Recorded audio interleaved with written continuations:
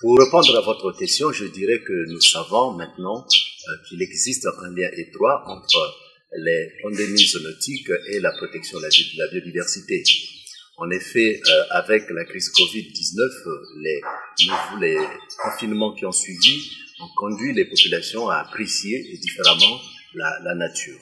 Le WWF est actif dans 36 pays, dans 36 régions prioritaires, riches en biodiversité pour leur protection.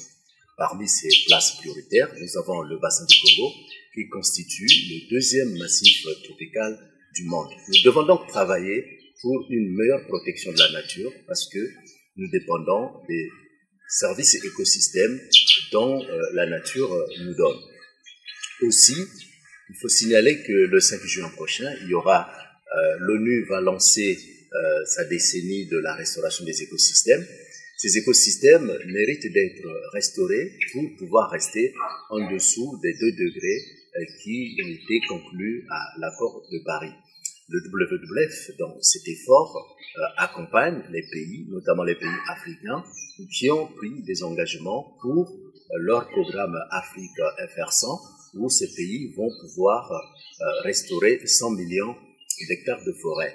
Et également, le WWF accompagne certains pays dans leur programme BioDef, qui est un programme de facilitation de construction des engagements volontaires, avec l'appui de l'AFD pour pouvoir avoir des modèles de développement compatibles avec le maintien de la biodiversité.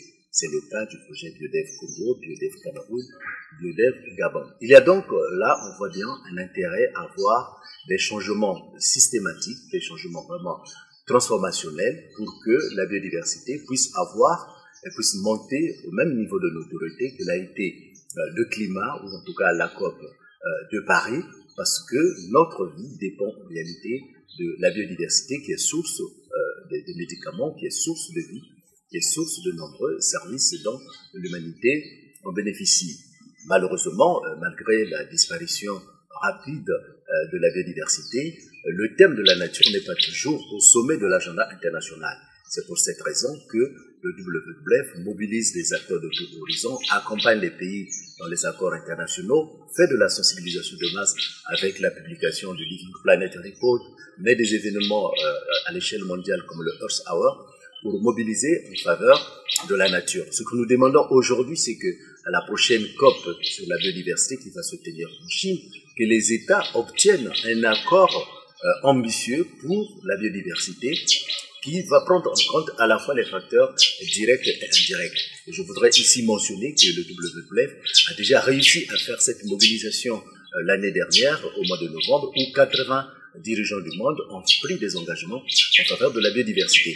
Voilà, en résumé, ce qu'on peut dire sur la relation entre pandémie zoonotique, la protection de la nature et la santé.